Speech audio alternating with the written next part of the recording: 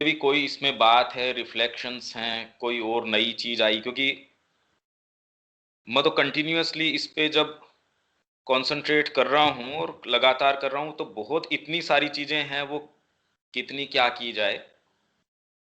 तो आप जो कह रहे हो कुछ उसके अंदर कि बेसिकली हो क्या रहा है, वो अपन इसको कंक्लूड कर सकते हैं कि एक मोटा मोटा प्रारूप आ जाए।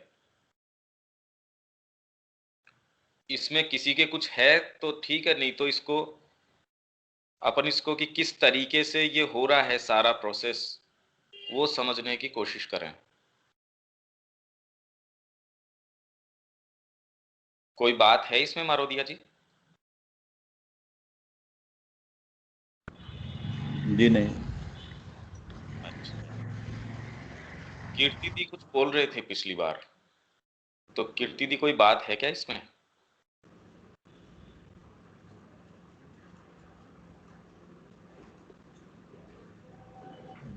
कीर्ति अधिकारी हैं क्या? अच्छा हाँ जी, कीर्ति। नमस्कार भैया। पंकज भैया नहीं, नमस्ते। काफी काफी नमस्ते दीदी। क्लियर। नमस्ते भैया, नमस्ते। हाँ हाँ। काफी आपने अच्छे से समझाया था। अब अगर वो स्नेहा मुझे व्हाट्सएप ग्रुप में डाल देगी तो फर्दर डिस्कशंस में हम लोग उसमें लिख सकते हैं ना, एक दूसरे से लर्न कर सकते हैं। जैसे आपने कहा है किसी ने पॉइंट्स लिखे हैं तो वी कैन मल ओवर देम। अगर हाँ वो उसने, विनीता ने। जी और बेसिकली मैं ये चाह रहा था कि जितना ये डिस्कशन हो उसको पॉइंट वाइज अगर लिखा जाए तो अपने को उसको दोबारा समझने में, प्लस कितनी चीजें ऐसी हैं जो हमको लगता है, क्योंकि वही अपना नेक्स्ट टॉपिक जो आएगा अभी, कि माइंड बीच के गैप्स अपने आप इस तरीके से फिल करने की उसकी आदत रहती है, हमको लगता है कि हम समझ रहे हैं, और वो फिर भी जीवन भर वही सेम चीजें सेम ढर्रे के ऊपर चलता रहता है। वो कोई भी सिंसियर आदमी देख सकता है अपने जीवन के टेक्सचर को, वो अपने मुंह का स्वाद पहचान सकता है कि इतने बरस बाद भी अपन वास्तव में जितना होना चाहिए था, क्या हम उससे खुश हैं, या जो एक्चुअल में बस यही हम एस्पायर कर रहे थे, लुक फॉरवर्ड टू कर रहे थे, जो आज की जो सिचुएशन है। तो कोई भी आदमी चाहे किसी भी अवस्था में होगा, वो उससे निश्चित रूप से खुश तो नहीं हो सकता। उसके आगे से आगे और कि कितना और कर सकते हैं, ये तो हमेशा ही उसके अंदर बनी रहेगी। एनी हाउ इसके अंदर इतना ही मैं इसमें कह सकता हूं कि जो अपना पॉइंट ये था कि कोई भी चीज जो आपकी चेतना के अंदर प्रवेश करती है, वो ही चीज प्रवेश करती है जो आपकी चेतना के स्टफ से करस्पॉन्ड करती है या उसको बिलोंग करती है। और अगर वो उसको बिलोंग करती है तो निश्चित रूप से आप उसके ऊपर विजय प्राप्त कर सकेंगे। तो अपन खाली इस चीज की चर्चा कर रहे थे कि इसका अर्थ क्या है और किस तरीके से चीजें हमारी चेतना के अंदर एंटर करती हैं, जिसमें एक मैंने बताया कि जिस तरीके से हम बाहरी टचेस को रिसीव करते हैं दुनिया के, उनमें ये चीजें असर डालती हैं। उसमें एक तो बेसिक आपका जो फ्रेमवर्क है, उसमें ये पर्टिकुलर जो ट्रिपल क्वार्टेट जो श्री अरविंद ने बताए हैं, जो इंडियन कल्चर की पिक्यूलियरिटी रही, कि 4 वर्ण 4 आश्रम, आप खुद अपने जीवन में देख सकते हैं कि संसार वो ही रहते हुए भी, इवन आपके साथ वो ही घटनाएं अपने जीवन काल की जब आप उसके ऊपर दोबारा दृष्टि डालते हैं, तो उस समय आपको सर्टेन जो चीजें जिस तरीके की लगती होंगी, आज जब आप उसको देखते हो तो आज की चेतना के विकास के आधार पे, आज की समझ के आधार पे वो चीजें आपको वैसी ही नहीं लगती। तो निश्चित रूप से इससे एक चीज तो समझ में आती है कि बाहरी सरकमस्टेंस या बाहरी चीजें या हैपनिंग्स तो एक चीज हैं, आप उनको किस तरीके से देखते हैं, वो अगर आपके जीवन की घटनाओं के प्रति भी आउटलुक अगर चेंज होता रह रहा है, जो कि कोई भी थोड़ा बहुत भी सचेत व्यक्ति है वो देख सकता है अपने जीवन के पूरे क्रम को, और जितना ही ज्यादा सचेतन व्यक्ति है वो उतना ही ज्यादा इसको देख पाता है। तो उसमें एक जो डिवीजन बताया था या एक आउटलुक का तरीका बताया था, वो था ट्रिपल क्वार्टेट। उसके अंदर एक क्वार्टेट मतलब 4 4 के 3 विभाग, ब्राह्मण, कि उसका मूल स्वभाव जो है वो पर्टिकुलर इस तरीके का या सर्टेन तरीके का है। फिर उसके अंदर दूसरा क्षत्रिय वैश्य शूद्र, तो वर्ण है, आश्रम है और फिर पुरुषार्थ है। फिर आपकी प्रकृति सात्विक है, राजसिक है, तामसिक है, या पर्टिकुलर उस समय आप कैसी स्थिति में हैं, आप पूरे विश्व को उस तरीके से, इस दृष्टिकोण से, ये बाहरी तरीका है।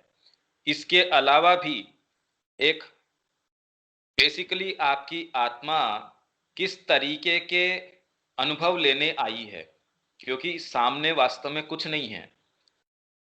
अगर इसको अपन सारे को कंक्लूड करें, इस चीज को कि वास्तव में इसका अर्थ क्या है, तो हमको लगता है कि हम इंद्रियों के माध्यम से, क्योंकि इंद्रियां ही तुरंत के अंदर हमको इंफॉर्मेशन ग्रहण करने के लिए अपनी पहली साधन है, एज इफ विंडोज हैं जो बाहर खुल रही हैं, हमको लगता है कि हम इनके माध्यम से ग्रहण कर रहे हैं। पर अगर वो ही चीजें, वो ही सर्कमस्टेंसेस, वो ही भोजन, वो ही एग्जैक्टली आइडेंटिकल चीजों के बीच में भी व्हाट यू मेक आउट, आप किस तरीके से समझते हैं, वो जितना ही आप विश्लेषण करेंगे उतना ही आप ये देखेंगे कि ये बाहरी चीजें तो गौण रह जाती हैं। उन्हीं चीजों, उन्हीं सारे डिटर्मिनेंट से, उनके आधार के ऊपर एक व्यक्ति बिल्कुल अलग तरीके से चीजों को समझता है। तो अल्टीमेटली हम ये कह सकते हैं कि आपकी चेतना जिस तरीके से चाहती है, मतलब इस मैनिफेस्टेशन में फंडामेंटली वो जो ग्रहण करना चाहती है, ये तो मात्र प्रीटेक्स्ट हैं या बहाने हैं या एक्सक्यूजेज हैं कि ऐसी आपको एजुकेशन मिली, आप ऐसी आपको नेशनलिटी मिली, ऐसा परिवार मिला, ऐसा सब मिला। ये मतलब अल्टीमेट अगर आप इसके अंदर जाएं एनालिसिस के अंदर, तो ये एक तरीके से बहाने मात्र हैं जिनको प्रयोग में लेके आपकी आत्मा, या कहें जो चेतना आपकी घनीभूत हो गई है उस तरीके से, वो अपने आप को जानने के इन तरीकों से वो अपने आप को डेवलप कर रही है या अपने आप को जान रही है। ये हम इसके बारे में कि कंक्लूड इस तरीके से कर सकते हैं। ये बात क्लियर है क्या? क्योंकि ये एक बड़ी गंभीर बात है। सारी एजुकेशन क्या होनी चाहिए कि इसीलिए माँ कहती है कि साइकिक जो है वो कैसे फ्रंट में आ जाए, वो एकमात्र उद्देश्य होना चाहिए एजुकेशन का। क्योंकि फंडामेंटली आप जगत से, जीवन से किस तरीके से क्या ले पाएंगे या क्या नहीं ले पाएंगे, ये उसके ऊपर निर्भर करेगा। तो आपकी चेतना वास्तव में इन सब माध्यमों से, आपका जो भी फ्रेमवर्क है उसको अपन एनालाइज कर सकते हैं, पर वो तो एक दूसरी स्टडी हो जाएगी। फिलहाल ये है कि आपकी चेतना ने जिस तरीके से यहां अपने आप को प्रोजेक्ट किया है, उसके अंदर वो इन सारे एक्सक्यूजेस से या इन सारे तरीकों से और वो ग्रहण कर रही है और उससे वो ही बना रही है जिसमें आप एक्चुअली नहीं जानते कि वो क्या बना रही है या क्या नहीं बना रही है। वो अपने तरीके से जगत को सेंस करती है और जितना उसको सेल्फ अवेयरनेस या जो भी चीज चाहिए उतना वो इससे ग्रहण कर लेती है, इससे निकाल लेती है। तो इतनी बात मेरे ख्याल से ये क्लियर होनी चाहिए। ये अपन इसको कंक्लूड कर सकते हैं और फंडामेंटली इसका मतलब क्या है वो इससे जा सकते हैं। इसी तरीके से हम कह सकते हैं कि वो आपकी चेतना का पार्ट तभी बन सकता है। क्या ये बात क्लियर है?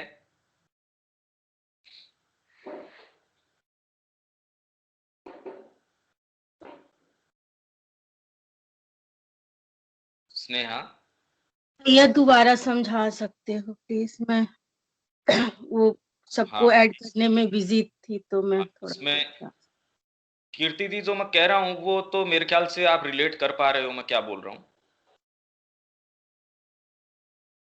हाँ पंकज, मेरे ख्याल से तो मैं कर पा रही हूँ। आपने कहा है जितने भी हमारी इंद्रियां हैं उनके माध्यम से जो हमारे भारी सर्कमस्टेंसेस है उससे ही फिलहाल हम चेतना, उसी चेतना से हम ग्रहण करते हैं जैसी हमारी चेतना की स्थिति होती है, और हमारी चेतना की स्थिति डिपेंडेंट है हमारे बाहरी सर्कमस्टेंसेस पे। नहीं नहीं नहीं नहीं, मैं अच्छा, दूसरी बात कह रहा हूं। अपन फिर इसको ध्यान से समझते हैं, क्योंकि ये एक बार फंडामेंटली समझ में आ जाए तो बड़ी कई चीजों की समस्याएं मिट जाती हैं। ये तो एक प्रक्रिया है कि किस तरीके से हम बाहरी इंद्रियों के माध्यम से ग्रहण करते हैं।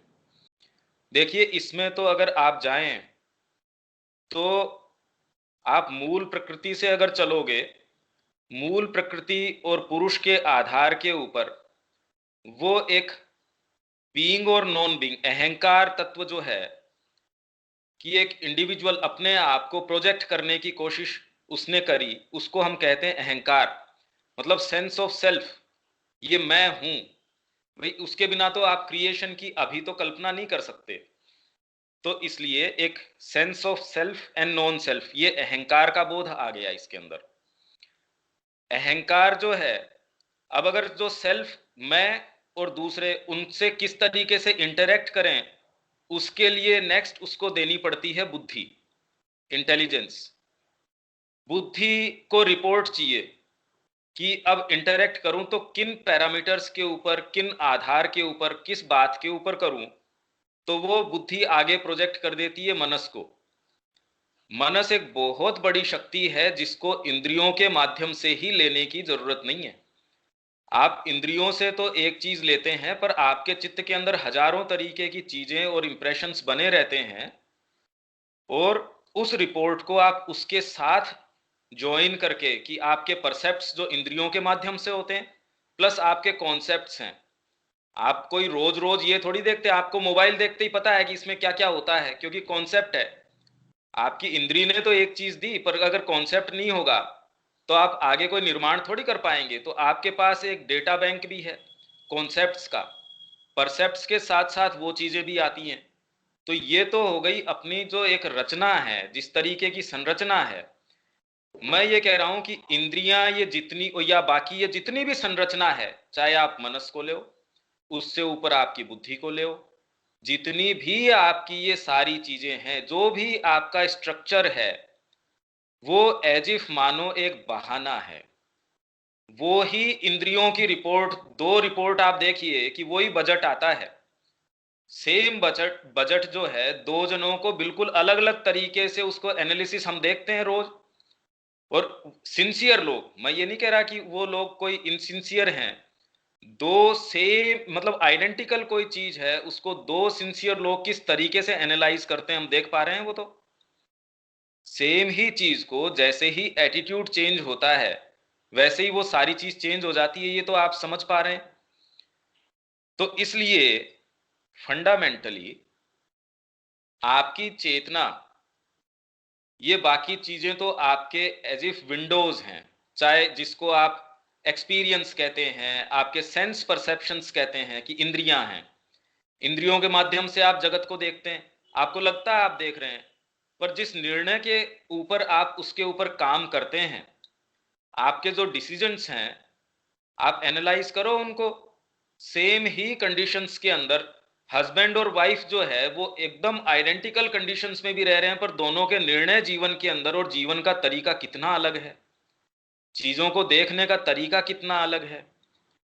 तो ये इसलिए कौन इसको डिटरमिन कर रहा है?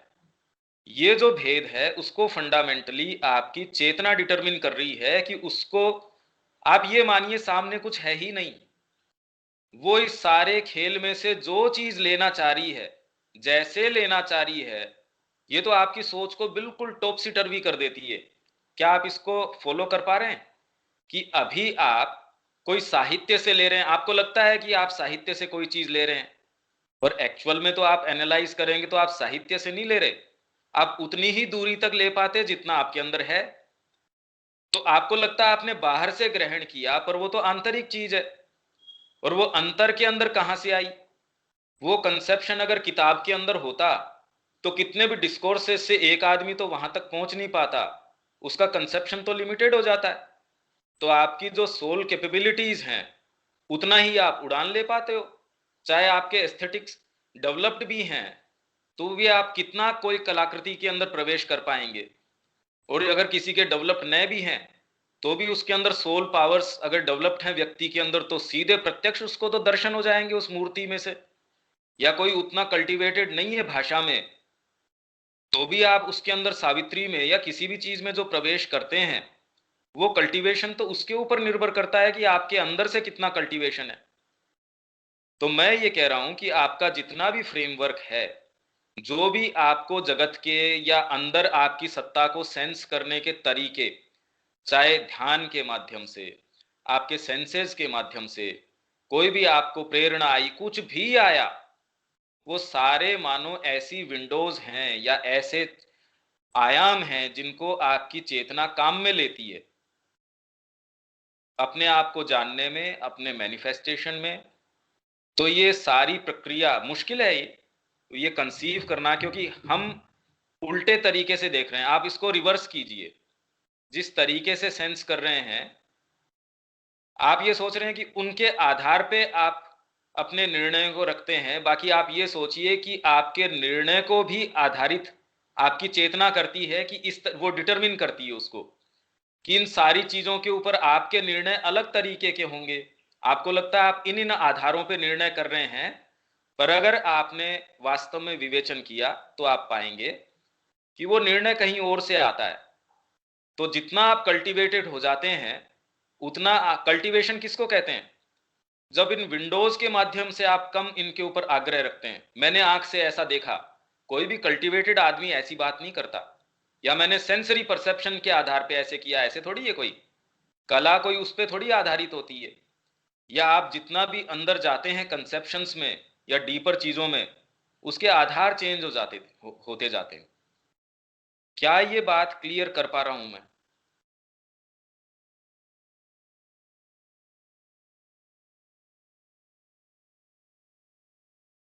स्नेहा,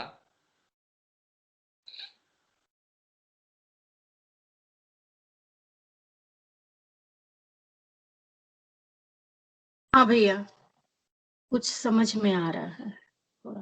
क्या उसको फॉर्मुलेट करो, कुछ क्या समझ में आ रहा है जिससे कि अपने को पता चले।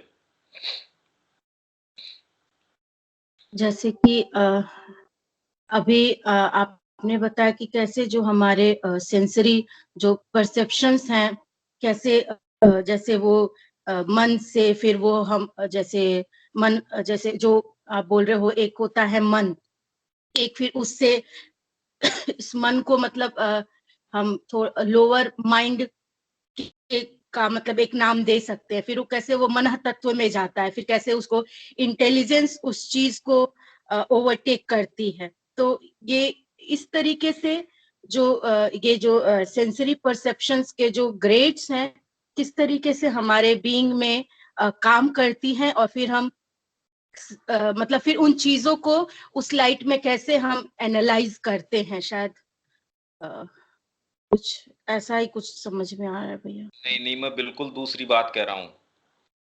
मैं ये कह रहा हूं कि ये तो एक प्रक्रिया है कि आपकी इंद्रियां जो कुछ भी ग्रहण करती हैं, वो इंद्रियां अपनी रिपोर्ट भेजती हैं मनस की। माइंड एकमात्र सेंस ऑर्गन है।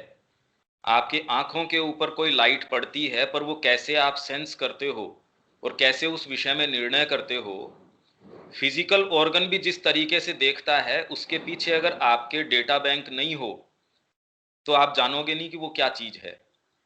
तो ये एक तो परसेप्ट सेंस से आपने लिया, और एक कॉन्सेप्ट जो पुराने आपके कॉन्सेप्ट बने, भाई कोई चीज खाने की है या पहनने की है, ओढ़ने की है, अगर आपको पीछे उसका कॉन्सेप्ट न हो और उन कॉन्सेप्ट से आपके आधार पे और डीपर और इन्वॉल्व्ड कॉन्सेप्ट्स बनते जाते हैं, और उन्हीं कॉन्सेप्ट्स के आधार पे आप जगत को देखते हैं।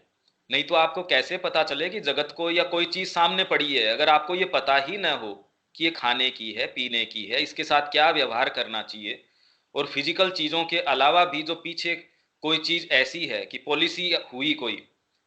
अब कोई पाशविक चेतना में तो फर्क नहीं पड़ता कि सरकार की पॉलिसीज कैसी हैं, क्योंकि उसके वो नेसेसरी इंस्ट्रूमेंटेशन ही नहीं है। आपके इंद्रियों के पीछे वो रिपोर्ट किसको भेजती है? माइंड। जो सेंसेज हैं वो रिपोर्ट भेजते हैं मनस को। जो मन है तत्व है आपके, वो ही एकमात्र वास्तव में इंद्री है, वो ही सच्चा सेंस ऑर्गन है। बाकी तो ये तरीके हैं। वो रिपोर्ट भेजता है बुद्धि के पास। बुद्धि किस तरीके से एनालाइज करती है वो इसके ऊपर निर्भर करता है कि आपका बिल्ड जो अहंकार, मतलब आपका जो सेल्फ है, वो क्या किस तरीके का बेंट लेके आया है। डिवाइन की जो इन्फिनिट पॉसिबिलिटीज हैं उनका एक पर्टिकुलर एट्रीब्यूट लेके आया है। इसीलिए जगत को आप जिस तरीके से सेंस करेंगे वो बिल्कुल पिक्यूलियर तरीके से उसको सेंस करेंगे। इस प्रक्रिया को पलट दो कि सेंसेस से आप ले रहे हैं या जो भी प्रक्रिया है, कहने का मतलब ये है कि आपकी चेतना डिटरमिन करती है कि उसको किस तरीके से आपके सेंसेस से लेना है, किस तरीके से उसको एनालाइज करना है। तो सारी प्रक्रिया हम, क्योंकि प्रॉब्लम क्या है, हमारी दृष्टि एक्सट्रोवर्ट है, हम सोचते हैं कि बाहर से ये इंपल्शंस आ रहे हैं। बाकी मैं ये कह रहा हूं कि इंपल्शंस डिटरमिन आपके अंदर से हो रहे हैं कि आप उन चीजों पे इस तरीके की प्रतिक्रिया देंगे, ये भी आपकी चेतना डिटरमिन कर रही है। तो आपके पास कोई भी चीज जो आ रही है वास्तव में इसलिए आ रही है क्योंकि आपकी चेतना डिटरमिन वैसा कर रही है। इसलिए वो आपके इंद्रियों से, मन से, बुद्धि से जो भी चीज लेती है, ये तो खाली आपके एज इफ चैनल्स हैं जिनके थ्रू ये इंफॉर्मेशंस आ रही हैं। तो साधना केवल क्या करती है कि इन चैनल्स के अंदर जो जो इम्प्योरिटीज है, हालांकि करती तो फिर भी जगदम्बा की जो इच्छा शक्ति है, पर वो कैसे करती है, जैसे कोई क्रूड आदमी है, आप उससे काम तो करवाएंगे पर उसको डांट के, डपट के, लोभ से, लालच से, जिस भी तरीके से करवाएंगे। और एक बहुत समझदार और फेथफुल आदमी है और उसको पूरा कंसेप्शन है कि आप इस आइडियल के लिए काम कर रहे हैं, तो उसके लिए वो सारे हथकंडे काम में लेने की जरूरत नहीं है आपको, क्योंकि वो कल्टीवेटेड है। साधना आपको इतना कल्टीवेट कर देती है कि जो प्रक्रिया आपसे प्रकृति जबरदस्ती करवाती है, उसी प्रक्रिया को आप सहज रूप से और उसमें आनंद की अनुभूति लेते हैं। अदरवाइज योग तो प्रकृति आपसे जबरदस्ती करवा ही रही है। इसीलिए तो श्री अरविंद कह रहे हैं कि सारा जीवन जो है वो योग है और सभी का ही योग है। आपके जाने अनजाने योग तो हो ही रहा है, पर उसका जो लाभ है, उसकी जो स्पिरिचुअल वर्च्यू है, उसका गेन है, वो तो जब आप सचेतन रूप से उसको स्वीकार करते हैं तब होता है। और तब आप धीरे धीरे ये भी समझ जाते हैं कि वास्तव में तो कोई दूसरी शक्ति है, वो डिटरमिन कर रही है आपके सेंसेस से आपको कैसे लेना है, कैसे उसको रिएक्ट करना है। नहीं तो मेरे को ये बताइए कि जब वो कहते हैं कि सब जगह वासुदेव नजर आते हैं, तो कैसे नजर आते होंगे? सारा जो डिटर्मिनेशन है वो आपकी चेतना से होता है, और जैसा वो लेना चाहती है, निर्णय करना चाहती है। मैं इसको कंक्लूड कर रहा हूं, उसके जो टेक्निकलिटीज है उसमें तुरंत में जाना मुश्किल भी है, और अभी तो अपने आउट ऑफ कॉन्टेक्स्ट चला जाएगा। पर ये हम ये कह सकते हैं इस विषय में कि चेतना डिटरमिन करती है कि हम इस जगत को कैसे लेंगे और किस तरीके से इसके अंदर हम जो भी सेंसरी परसेप्शंस या जो भी परसेप्शंस, खाली सेंस क्यों, आप ध्यान में आपको कोई अनुभूति हुई, कौन डिटरमिन करेगा ये कि कौन सी आपको अनुभूति होनी है, कौन सी आपके फैकल्टीज जो है वो बाहर लानी है, कौन सा किस तरीके का आपका फ्रेमवर्क है, जगत को कैसे सेंस करोगे, कितना गहराई तक आप ध्यान में जा सकोगे, चेतना डिटरमिन करती है आपकी। और वो अपने आप को जिन जिन पार्ट्स के द्वारा कि ये आपके अंग हैं, भाई इतना तो हमको बात करनी पड़ेगी कि ये हमारी सोल है, ये हमारे साइकिक है, ये हमारा ये है। फंडामेंटली वो सारा ये प्रोजेक्ट करती है अपने मैनिफेस्टेशन के लिए। बाहर से चीजें अपने को लगता हम ले रहे हैं, वो इन सारे के माध्यम से अपने आप को ही अपने विषय में सचेत हो रही है। भाई परमात्मा के अलावा जब कोई दूसरी चीज ही नहीं है, तो वो सचेत और किसके बारे में होंगे? और अगर हम स्वयं वही चीज हैं, तो हम बाहर कोई भी चीज से मीट करते हैं तो कोई दूसरी चीज तो हो ही कैसे सकती है? तो हम अपनी लिमिटेड बुद्धि में जैसा भी सोचते होंगे, और वो भी सही है, वो अनरियल नहीं है, पर वो ही एकमात्र रियल है। ऐसा नहीं है कि पक्षी किस तरीके से जगत को सेंस करता है, उसकी चेतना के लिए वो बिल्कुल रियल है। हम ये नहीं कह सकते कि वो जिस जगत को देख रहा है वो अनरियल है, पर एकमात्र वही रियलिटी है, ये नहीं कह सकते। वो तो अनंत है, हर स्तर की है। क्यों रुक जाएगी चेतना अपने आप को अनंत तरीके से देखने में?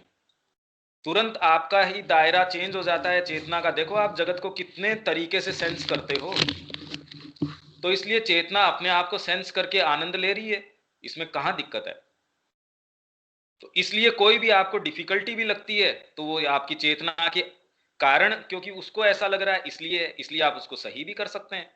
भाई कैसे कर सकते हैं वो एक प्रश्न अलग है, वो आप तुरंत में कर सकते हैं या कितना गहराई से वो प्रॉब्लम उठ रही है, क्या प्रॉब्लम है, उसका नेचर क्या है, वो इश्यूज तो फिर चेंज हो गए।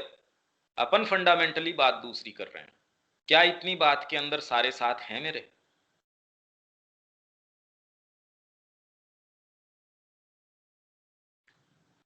कीर्ति दी कुछ बोलना चाहेंगे आप?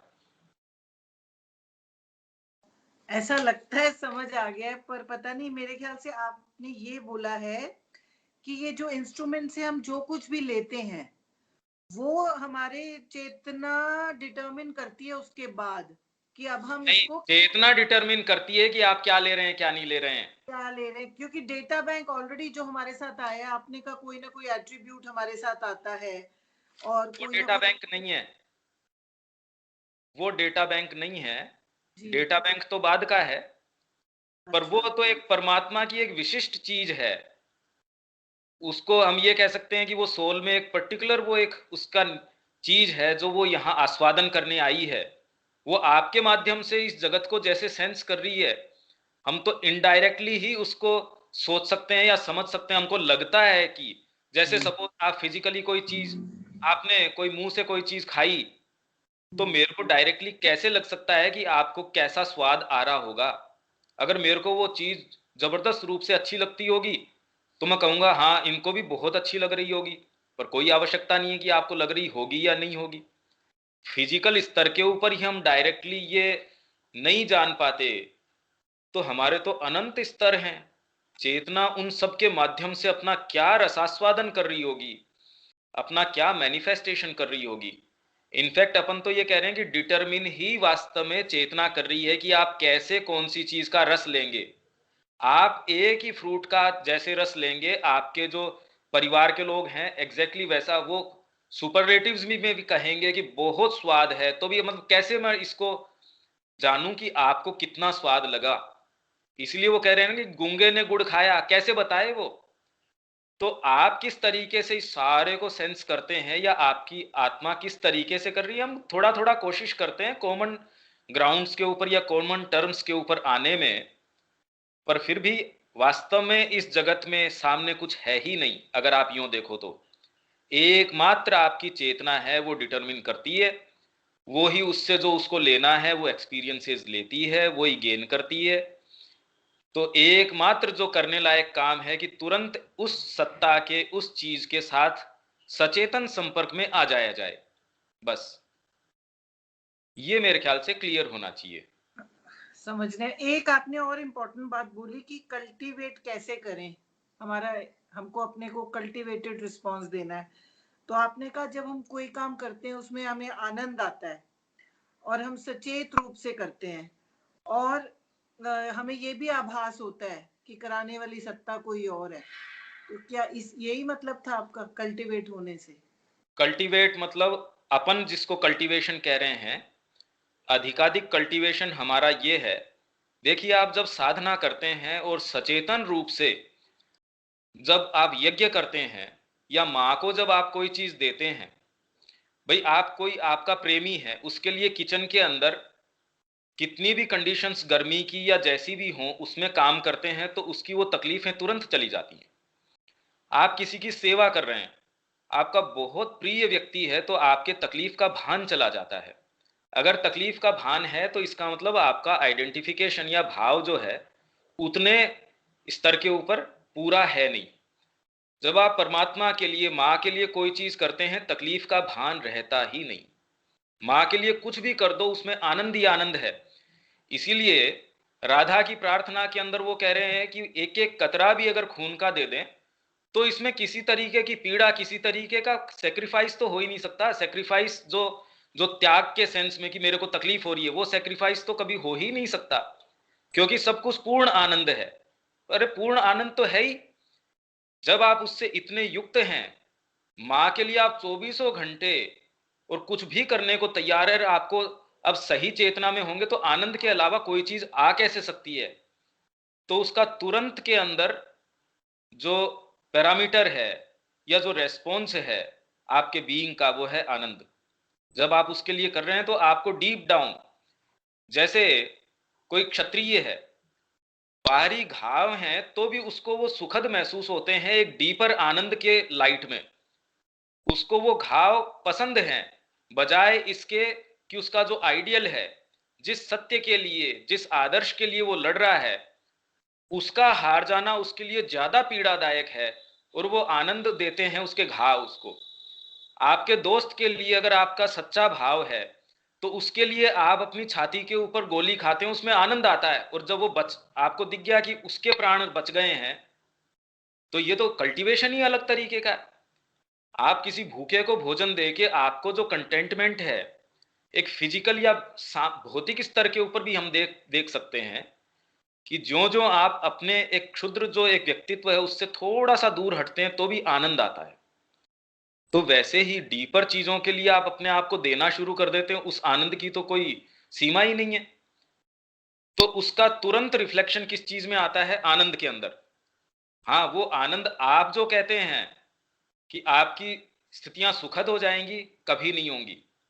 आप जितना ही गंभीर रूप से मां से प्रेम करेंगे, आपकी स्थितियां हो सकता है बाहर से बिल्कुल विकट हो जाएं, आपकी नींद पूरी न हो, आपके परिवार के जो है सारी समस्याएं पैदा हो जाएं, आपके सारों से झगड़े होने शुरू हो जाएं, कि आप जो सोचते हैं वो तालमेल बना रहे, शायद ही बना रहे, क्योंकि वो तो एस्टेब्लिश्ड नॉर्म्स हैं आपकी बाहरी सत्ता के, वो तो टूटेंगे ही। तो अगर आप उनको तालमेल में रखना चाहते हैं या आंतरिक में रखना चाहते हैं, वो एक बहुत अलग चीज है। आंतरिक तालमेल के आधार पे नए आपके बैलेंसेस निर्धारित होंगे। पहले जिन लोगों से हो सकता है आपको इंडिफरेंस था, अब आप उनसे प्रेम करने लगे। जिनसे आपकी बड़ी घनिष्ठता थी, एफिनिटी थी, क्योंकि आपके उद्देश्य से वो तारतम्य में नहीं है, इसलिए आप कह देंगे। इसीलिए वो कहते हैं कि भी जो माँ के काम का नहीं है मैं क्या करूं इसका। जो आदत माँ के काम की नहीं है, मेरे उद्देश्य के काम की नहीं है, चाहे अपने आप में कितनी भी अच्छी हो, क्या करूं इसका। और कोई आदत आपके अगर उद्देश्य के बिल्कुल ठीक पड़ती हो, चाहे वो बाहरी नजर से कितनी भी खराब हो।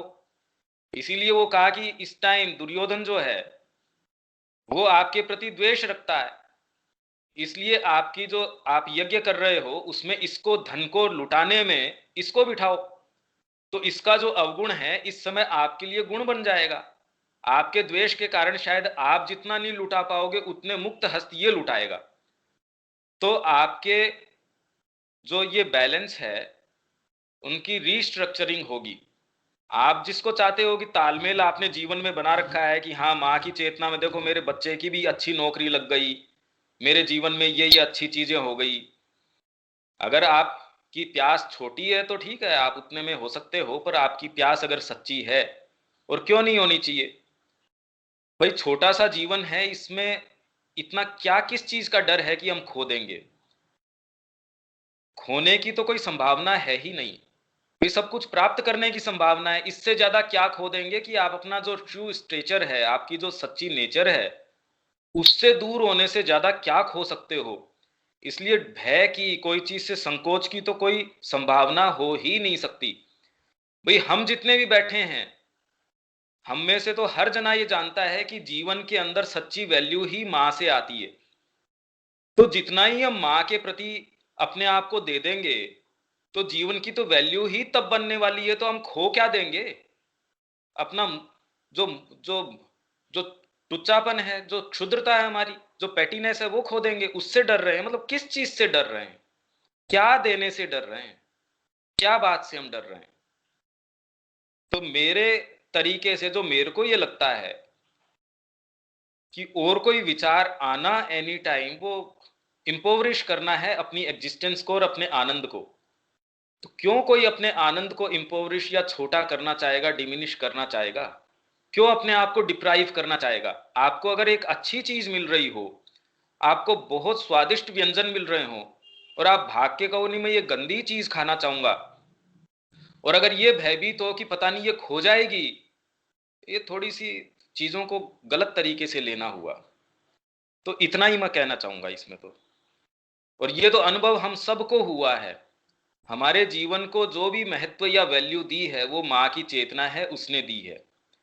तो उसके प्रति अपने आप को पूर्ण रूप से, पूर्ण तो एक शब्द है, बाकी तो देखो अपने एक रोम रोम बंधा हुआ है चीजों से, फिजिकल हैबिट से, आंखों से देखने के तरीके से, एक एक इंद्रियों ने बांध रखा है। फिर हमारे सोशल टाइज हैं, हमारे प्राणिक तौर तरीके हैं, फिर उससे हमारे मानसिक तौर तरीके हैं, फिर हमारी रेशियल जो हमारी जातिगत जो एफिनिटीज हैं वो हैं, हमारी परिवारगत जो एफिनिटीज हैं, हमारे जो एटाविज्म्स हैं। अच्छा लगता है इन बातों को सुन के, थोड़ा रिलीफ मिलता है जो हम डीपर बातें करते हैं, पर एक्चुअलिटी हमारी जो तुरंत में जो रियलिटी हम कहाँ खड़े हैं, अगर वो थोड़ा सा चेक करें तो बहुत कुछ करना बाकी है। इनफैक्ट सब कुछ ही करना बाकी है। पर ये बात इसलिए करी जा सकती है क्योंकि हम सारे एक कॉमन एस्पिरेशन शेयर करते हैं, तो इसलिए डरने की, संकुचाने की तो कोई बात ही नहीं है। हम खो कुछ भी नहीं सकते, खोने का हमारे पास कुछ भी नहीं है, खाली पाने ही पाने की संभावना है। क्या हम इसको यहीं कंक्लूड कर सकते हैं और आगे चल सकते हैं, या इसमें कोई बात हो तो बोलो।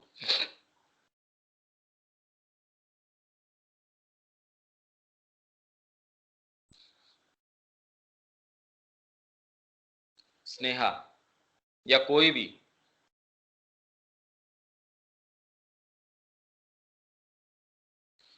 या फिलहाल तो कुछ भी नहीं है।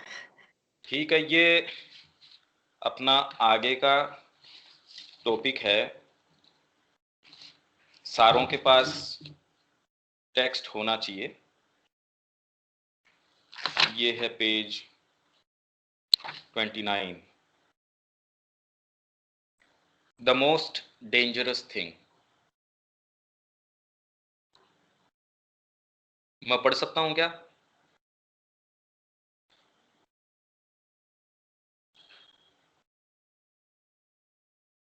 हाँ भैया।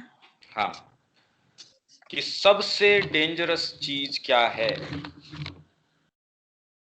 There is not a thing more dangerous than to teach others.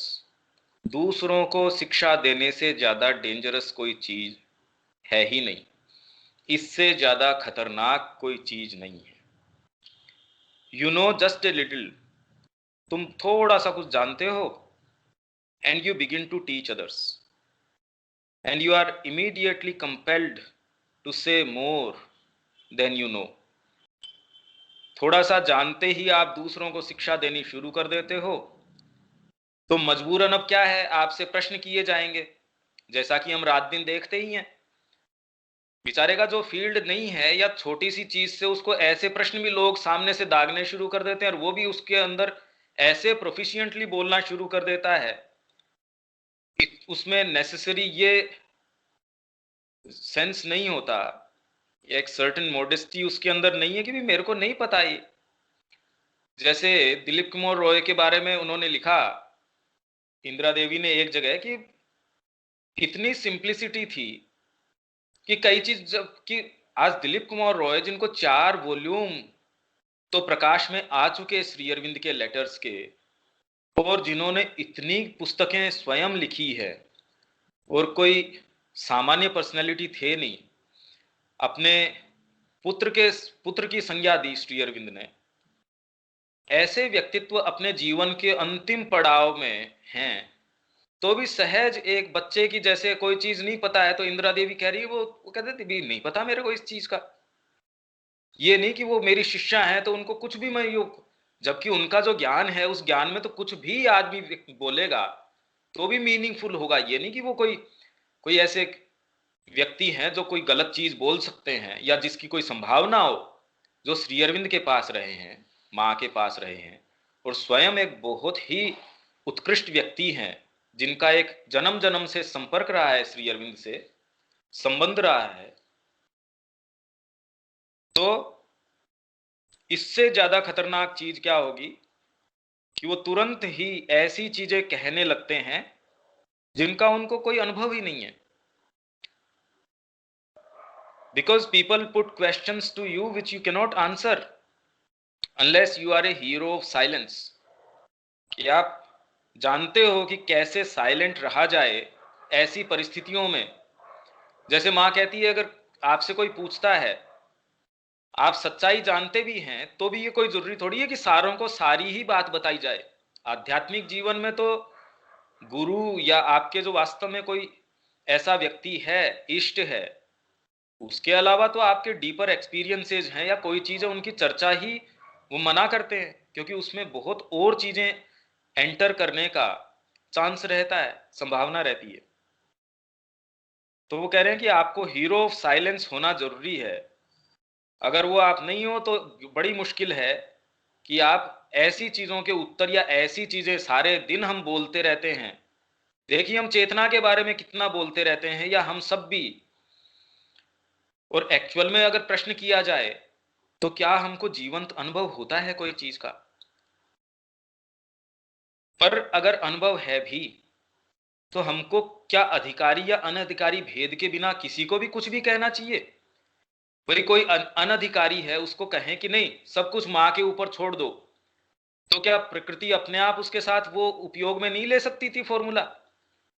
तो भी श्री अरविंद कहते हैं तामसिक व्यक्ति के साथ प्रकृति उसके साथ जो जो प्रतिबद्धताएं लगाती है, उसके साथ भूख है, परिवार है, कि तेरे को कमाना पड़ेगा। अगर उसको कह दो सब कुछ छोड़ दे मां की इच्छा से, सब मां करती है, सोचो उसका कितना नुकसान हो जाएगा उस बात से। उसका तो बहुत बड़ा नुकसान हो जाएगा। In the world, those who want to pass themselves off as spiritual teachers, when people come and ask them something they do not know, they invent it. ये तो बड़ी गजब चीज है। Therefore, if in your inner discipline you begin to pretend, you may be sure of falling into the worst hole. और उससे तो जीवन भर निकला ही नहीं जा सकता। Of all things, pretense is the most ruinous. आपका बिल्कुल सत्यानाश कर देगी जो ये प्रिटेंस है, कि आप जो नहीं हो वो दिखाने का जो अभ्यास है, आपका प्रयास है। तो इनर डिसिप्लिन में, if in your inner discipline you begin to pretend, you may be sure of falling into the worst hole. इस बारे में ये पढ़ते ही कोई क्या अपने को इसमें चीजें आती हैं, क्योंकि इसकी जो मैसेज है वैसे तो शब्दों के आधार के ऊपर तो अपने को साफ साफ नजर आता है कि भाई क्या बात है ये, पर अब इसके पीछे जो जो चीजें निकल के आती हैं वो इसका क्या अपने चेतना में रिपरकशंस आते हैं, या जैसे ये शब्द अंदर गए तो क्या क्या भाव इसके साथ आते हैं कि भाई हो क्या रहा है, या आप किस तरीके से इसको देख पाते हैं। क्या इसके बारे में किसी को कुछ है या कोई चीज कुछ कहना चाह रहा है? एक एक की अपन ले सकते हैं कि बात तो बिल्कुल स्ट्रेट फॉरवर्ड है कि वो प्रिटेंड करते हैं, स्पेसिफिकली या स्पेशली जिन लोगों को थोड़ा कुछ अंदर से कुछ ज्ञान आ गया, क्योंकि सामान्य व्यक्ति तो इतना कोई उस स्थिति में होगा नहीं और लोग उसकी सुनेंगे भी नहीं। पर जितनी भी मार्केटिंग आज आध्यात्मिकता के नाम से भी हम देखते हैं, उसका भी वास्तव में एनालिसिस करें तो वो तो उनको अनुभव एक चीज है, पर उससे ज्यादा उसका पता नहीं, वो तो छोटी सी चीज से पूरी दुकान खोल ली उन्होंने। एक कोई उनको चीज मिली नहीं या एक कोई छोटा सा ज्ञान आया नहीं, अब वो सारों पे लागू करना शुरू कर देते हैं, भी ऐसे करना चाहिए, आध्यात्मिकता ऐसे होनी चाहिए। आप देखिए हर परिवार में कोई भी बच्चा अगर थोड़ी सी भी डीपर एस्पिरेशन रखता है और वो अपने परिवार को कहता है, स्पेशली इंडियन हमारा जो सिस्टम है परिवार का फिलहाल, उसमें अगर वो कहता है कि मेरे को भगवान की ओर चलना है या कोई डीपर मेरे एस्पिरेशंस हैं, वो आपको सारे तरीके बता देंगे कि वास्तव में क्या करना चाहिए, कि भगवान की ओर ऐसे चलना चाहिए, परिवार ही एक बेस्ट माध्यम है, गृहस्थ आश्रम ही सबसे अच्छा आश्रम है, आपको ये करना चाहिए वो करना चाहिए। इतना ज्ञान आपको उस समय देंगे कि आप निस्वार्थ रूप से रहिए, आपको इस तरीके का योग करना चाहिए, इस तरीके की बातें करनी चाहिए। अब उनको पूछे कि भाई तेरे जीवन को इन आधारों के ऊपर रख, तो वो भी काफी तो कन्विंस्ड होते हैं कई लोग तो कि हम तो गीता का ही ज्ञान कर रहे हैं, बिल्कुल जो है निर्लिप्त होके गीता ने जो कर्मयोग बताया है हम तो उसी की कोशिश कर रहे हैं। और अपने खुद के उस भाव से कितने लोगों से हम मिलते हैं, वो कह रहे गौ सेवा सबसे बड़ी सेवा है। और हमने तो अपना पूरा जीवन, कितना पैसा हम तो देखो गौशाला को देते हैं, इतना हम इनको देते हैं, इतना हिस्सा हमने इस मंदिर के लिए एक हमारे अकाउंट में ही एक सर्टेन ये डाल रखा है कि इतना % हमारा हर महीने वहां चला जाता है। मतलब आदमी को ये पता ही नहीं होता कि वो कह क्या रहा है। यहां तक कि लोग ये कहते हैं कि हमारे प्रॉपर्टी का एक बहुत बड़ा भाग, कि हमने एक बंगला खरीदा है या एक बड़ा फ्लैट है हमारा, इतना करोड़ रुपए का है, उसमें एक रूम पूरा का पूरा हमने ठाकुर जी को दे दिया। एज इफ उन्होंने ठाकुर जी के ऊपर इतना एहसान कर दिया है कि बेचारा ठाकुर जी रीपेमेंट कैसे करे उसका।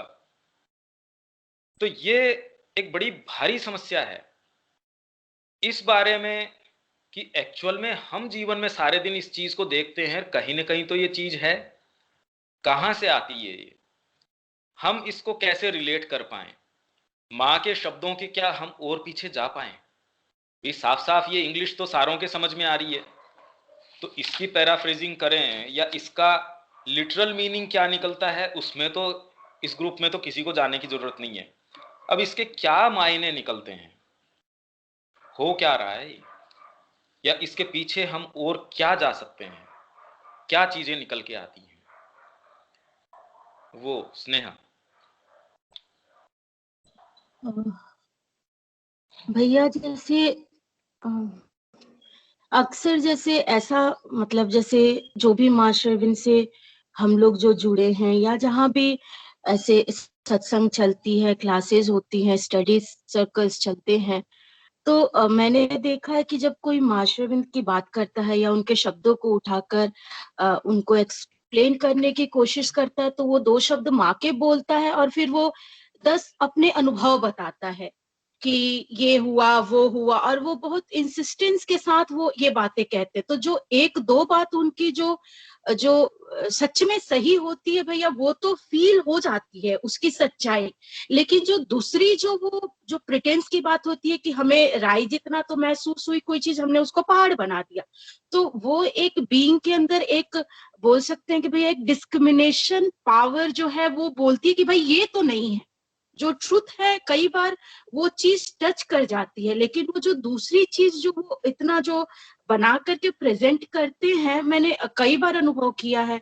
पता ही नहीं, मैं गलत भी हो सकती हूँ, बट मैंने मतलब बिल्कुल बोलते एकदम से फील हुई है कि भाई ये चीज तो नहीं हो सकता है।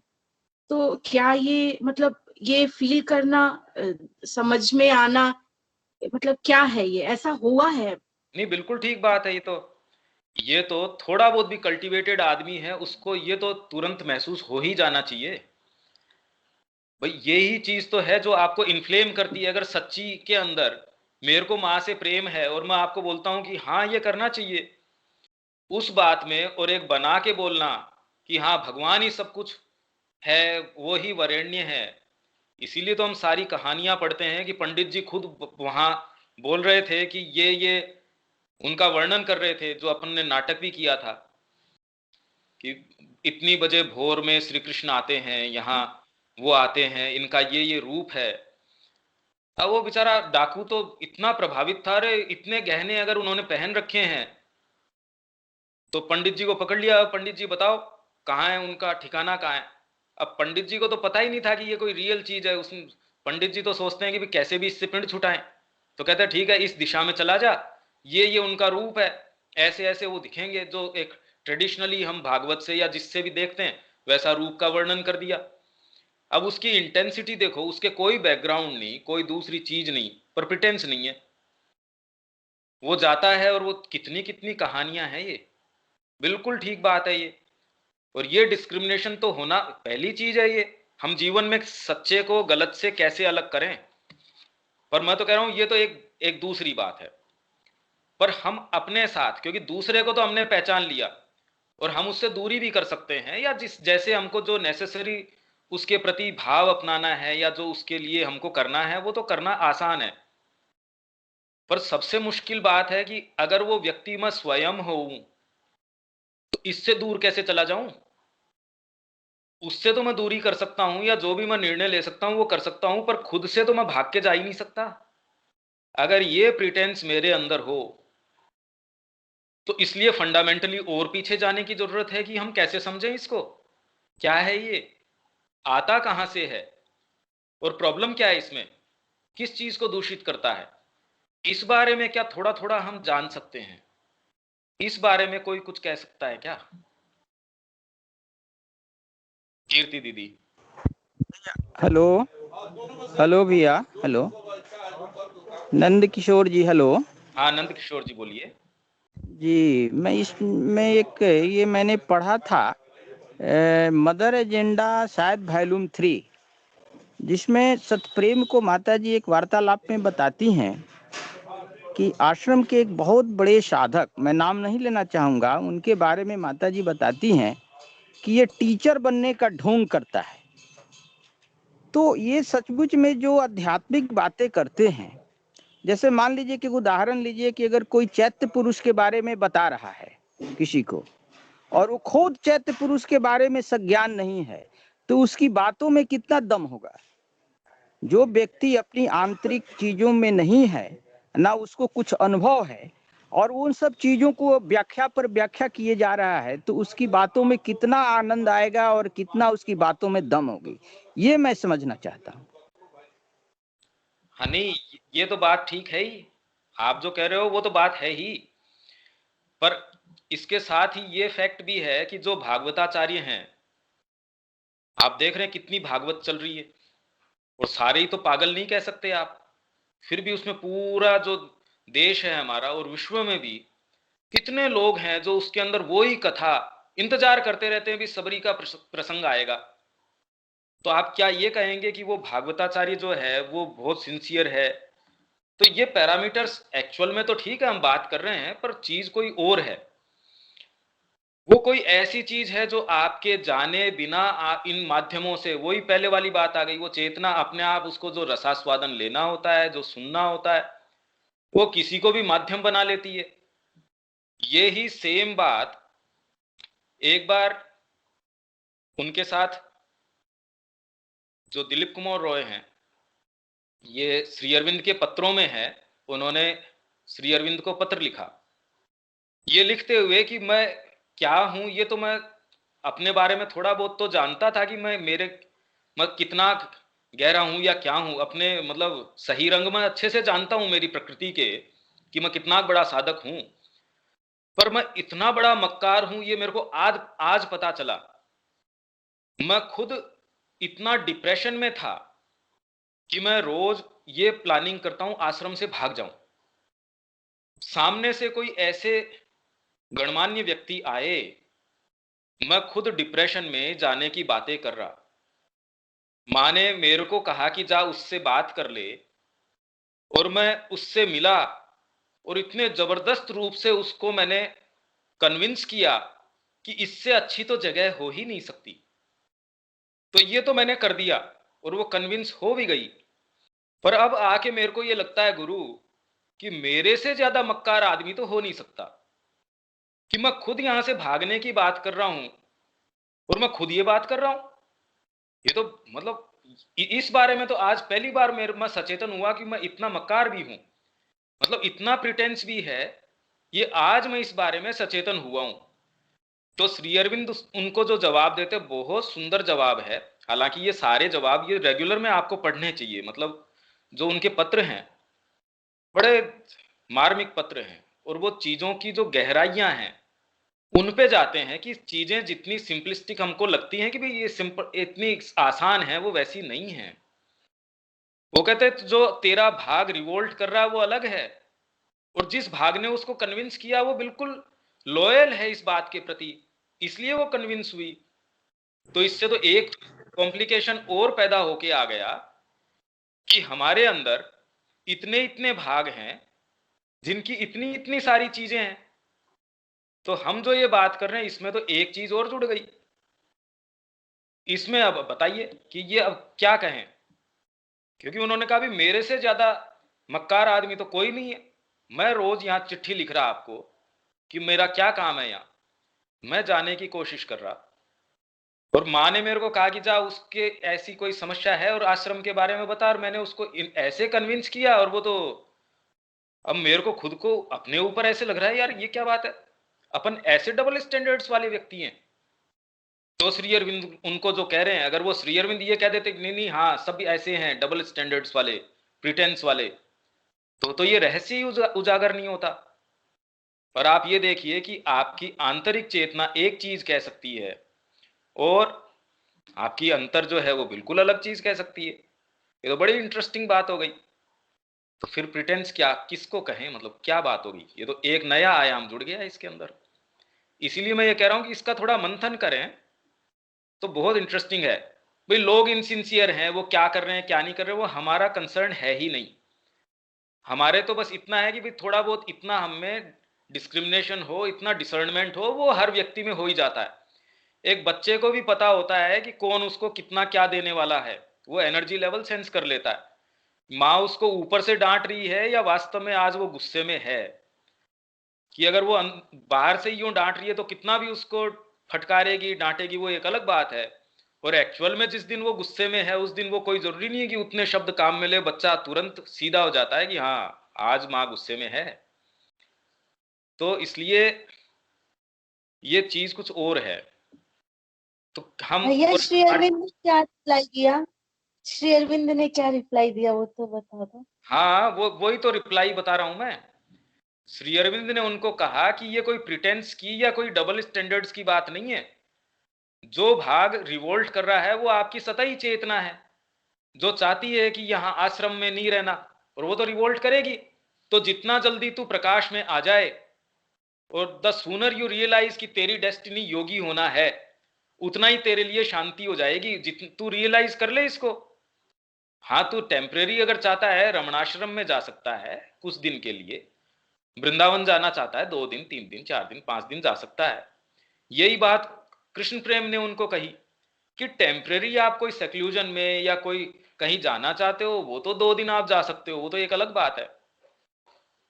तो वो ऐसी उसमें फ्रेमवर्क में माइंड के उसमें थे। तो श्री अरविंद ने कहा तेरी बाहरी जो चेतना है वो रिवोल्ट कर रही है, पर आंतरिक चेतना है वो तो बिल्कुल क्लियर है इस बारे में। तो तूने जो कन्विंस किया इसीलिए वो अगला कन्विंस हो गया तेरी बात से, क्योंकि तू आंतरिक रूप से तो सच्चा है ही। तो इसमें कोई इस तरीके की बात नहीं है कि ये कोई दोहरे मापदंड वाली बात है। सतही चेतना तो सारों की ऐसी है। तो जब तेरे वो मोमेंट्स होते हैं जब तू तेरी सतही चेतना में होता है, तो भागने कि ये डाउट आना कि मेरे से होगा नहीं होगा, मैं इस लाइन के लिए बना हूं नहीं बनाऊं। और जब आप आंतरिक चेतना में होते हो तो इतना सर्टिट्यूड कि इसके अलावा करने लायक काम क्या है, और न होगा। भाई आप कहो कि इम्प्रैक्टिकेबल चीज है ये, माँ के प्रति एस्पिरेशन रखना। अब माँ फिजिकल बॉडी में नहीं है तो भी हम में से किसको कोई कन्विंस कर सकता है कि हम प्यार करते हैं माँ से। किसी ने फिजिकली देखा हो नहीं देखा हो उससे क्या फर्क पड़ता है। अरे भाई एक मूर्ति जो है वो पूरे देश को इन्फ्लेम्ड रखती है। जगन्नाथ जी जो है, अब कोई कहे व्यक्ति जो है वो कह रहे ये तो काठ की मूर्ति है, और व्यक्ति जो है वो जीवित है, तो कौन कितना प्रभावशाली और कितने लोगों को पागल किए रखा है देख लो। एक काठ की मूर्ति जो है पूरे इस एरिया को उसने जगमगा रखा है, और करोड़ों लोगों को, और ये तो बढ़ता जा रहा है। उनकी रथ यात्रा तुम डाल के देखो इंटरनेट के ऊपर की जितनी भव्य रूप से यहां है तो उससे कोई कम भव्य रूप से बाहर नहीं हो रही। ऐसे देश के अंदर जो अपने आप को मॉडर्न बता रहे हैं, तो वास्तव में उसमें तो कोई सामने व्यक्ति ही नहीं है। आप तो उसको मानते ही नहीं उस प्रेजेंस को। वो तो कह रहे हो काठ की मूर्ति है और उसने पागल किए रखा है। तो मतलब डिफेक्ट क्या तो लोगों के अंदर है, मानसिकता में समस्या क्या है? क्योंकि बाहरी चेतना तो मानती नहीं इस चीज को, उसको तो कुछ भी नहीं पता। और आंतरिक चेतना को तो जरूरत ही नहीं है ऐसे कोई प्रमाणीकरण की, उसको तो प्रमाण चाहिए ही नहीं ऐसी कोई चीज का। प्रमाण हो तो अच्छा है, वो तो फेथ के आधार पे चल रही है। प्रमाण हो तो अच्छा है, प्रमाण नहीं हो तो और अच्छा है। क्योंकि प्रमाण तो आपको भ्रमित भी कर सकते हैं, प्रमाण नहीं हो तो अच्छा रहता है। क्योंकि आपका डीपर फेथ तो उसको तो प्रमाण की जरूरत नहीं है, तो वो तो बिल्कुल श्योर अपने रास्ते के ऊपर चलता रहता है। अब आपको प्रमाण की जरूरत थोड़ी है कि माँ आपसे प्यार करती है या नहीं करती है, इसकी कोई प्रमाणीकरण की आवश्यकता नहीं है। तो ये इतने सारे कितने इन्वॉल्व हो गए इसमें इश्यूज। तो इसलिए अब प्रिटेंस हुई क्या, क्या है प्रिटेंस? हम अपने आप से जोड़ें, बाहर तो छोड़ दो। उससे हमको क्या फर्क पड़ता है कि दुनिया के अंदर, जैसे माँ कहती है कि चाहे असंख्यों लोग जो है वो घोर से घोर असत्य में भी डूबे हुए हों, तो भी हम प्रकाश की तरफ नहीं जाएं, ये कोई कारण नहीं हो जाता उसका, कि सारे ही, चाहे पूरी दुनिया ही एक साइड खड़ी हो, तो भी हम माँ की तरफ नहीं जाएं, ये तो कोई कारण नहीं है। या हम कोई सत्य की तरफ नहीं जाएं या एफर्ट नहीं करें, तो उससे तो कोई क्या फर्क पड़ता है कि सारे जने क्या बोलते हैं या कोई भी नहीं बोलता, या सारे जने बोलते हैं तो भी क्या फर्क पड़ता है। तो इसलिए लोग प्रिटेंड करते हैं या नहीं करते हैं उसकी नहीं, ये प्रिटेंस आ कहां से रहा है, क्यों आता है, किस लिए आता है, और इसमें समस्या क्या है, बेसिक इश्यू क्या है इसमें, और इसमें तकलीफ क्या है, किसको तकलीफ है। क्योंकि ये तो हम भी जानते हैं, जैसे नंद किशोर जी कह रहे थे, साफ साफ पता चलता है कि भी ये, और जैसे स्नेहा बोल रही थी भाई, इस वो तो कोई छिपा रहता ही नहीं। जो अपने आम भाषा में कहते हैं कि इन तिलों में कितना तेल है, वो तो छिपता नहीं ना।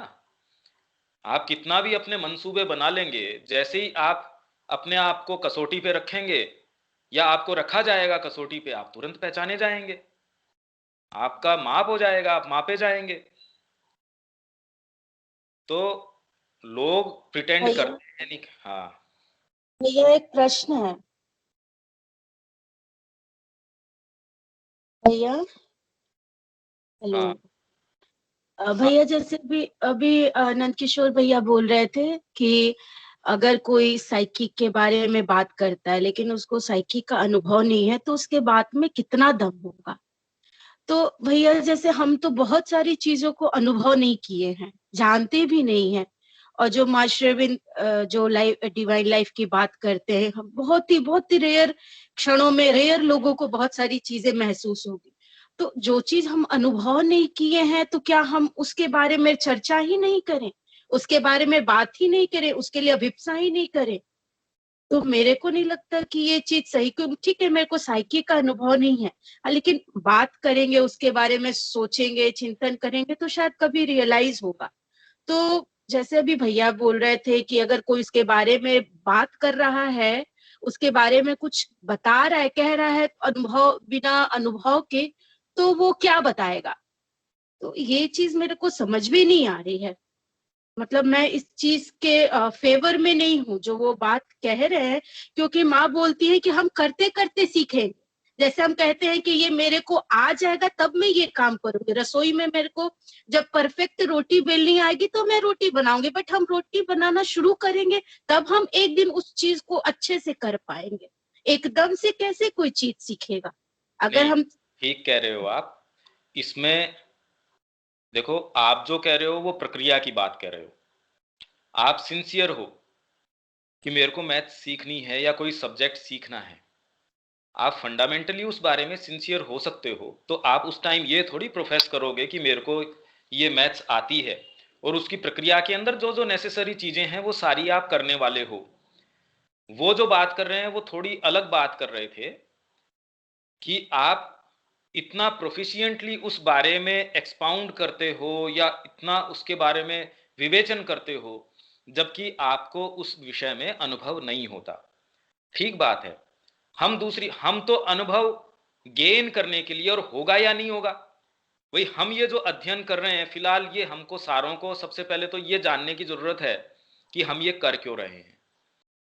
इससे हमको अनुभव हो जाएगा, तो मेरे ख्याल से ये एक सही तरीका नहीं है कि एक तो हम इसलिए अनुभव कर रहे हैं कि माँ इतनी अच्छी लगती है हमको, उसकी वाणी को हम जानेंगे, हम उसके बारे में सचेतन होंगे, हम किस तरीके से उनका काम और अच्छे से कर पाएंगे, उसकी हमारी तैयारी हो पाएगी।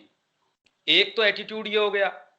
दूसरा ये है कि अगर कोई इसलिए बैठे कि ये पर्टिकुलर सब्जेक्ट है, इसके ऊपर मैं और अच्छा विवेचन कर पाऊंगा, अब डिपेंड करता है कि आपकी कितनी क्या सोच है, इसलिए इससे आप बच नहीं पाएंगे। इससे आप बच नहीं सकते। पर इसी के साथ अगर आपने गौर किया हो, मैंने एक दूसरा पॉइंट बोला, प्रकृति के अंदर जो है अनंत तरीके के बीज प्रकृति बिखेरती है, कि जो भागवताचार्य है जो बोल रहा है वहां व्यासपीठ से, क्या जरूरी है कि उसको वो अनुभव हो? पर प्रकृति तो अपने आप को माध्यम, किसी को भी माध्यम बना लेती है। उसके द्वारा किस तक क्या चीज पहुंचनी है। भाई आप ये सोचिए कि कोई कुत्ते के अगर बीज लग के कहीं चला गया और वहां वो उग गया, तो इसमें न तो उसका कुत्ते को पता था कि बीज चला गया, प्रकृति ने कितनी कितनी एजेंसी ले रखी है, वो 1000 तरीके की एजेंसी। आपके माध्यम से विश्व में क्या क्या हो रहा होगा आप भी सचेत नहीं है, क्योंकि आप जीवित हैं। आप जाने अनजाने अपने तरीके से रिएक्ट करते हैं, चीजों को लेते हैं, लोगों से व्यवहार करते हैं। आपका एक स्थान है, एक सोचने का पैटर्न है, आप लोगों से लेते हैं, आप उसके अंदर दान प्रतिदान चलता रहता है। आपकी भूमिका वास्तव में कब सार्थक होती है? जब आप अपनी सच्ची सत्ता से जुड़ते हैं, अंदर से जुड़ते हैं, तब आपके रेस्पॉन्सेस सही होते हैं। अभी भी आप जाने अनजाने रेस्पॉन्स या जो भी आपकी चीजें वो तो कर ही रहे हैं, उससे तो आप बच ही नहीं सकते। इसलिए अचेतन रूप से तो योग चल ही रहा है।